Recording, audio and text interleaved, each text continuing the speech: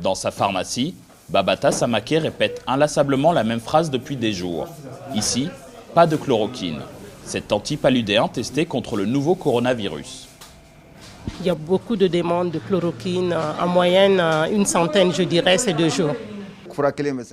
Il semblerait que ce soit le seul médicament pour combattre le coronavirus, mais ça faisait très longtemps que je n'en avais pas acheté. À l'époque, on l'utilisait contre le palu. Dans ce centre de santé, le docteur Nagnogo soigne tous les jours une vingtaine de patients contre le paludisme. Il ne prescrit plus la chloroquine.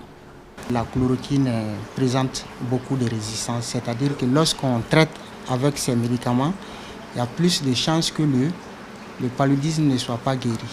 La chloroquine est un médicament qui est purement et simplement retiré du marché au Mali, qui n'est pas utilisé. C'est cet arrêt gouvernemental de 2006 qui retire la chloroquine de l'arsenal thérapeutique au Mali. En plus de sa résistance à la chloroquine, le parasite, à l'origine du paludisme, évolue constamment. L'an dernier, la maladie a tué 1778 personnes. C'est la première source de mortalité dans le pays.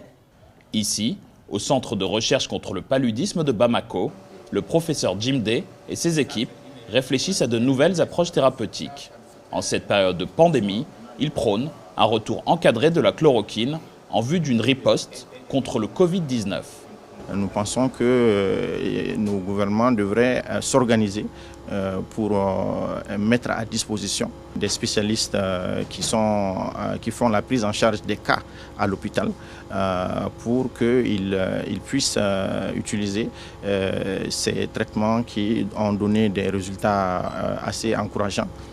Contrairement à ses voisins du Sénégal et du Burkina Faso, le Mali n'a pas entamé d'essai pour la chloroquine comme traitement du Covid-19.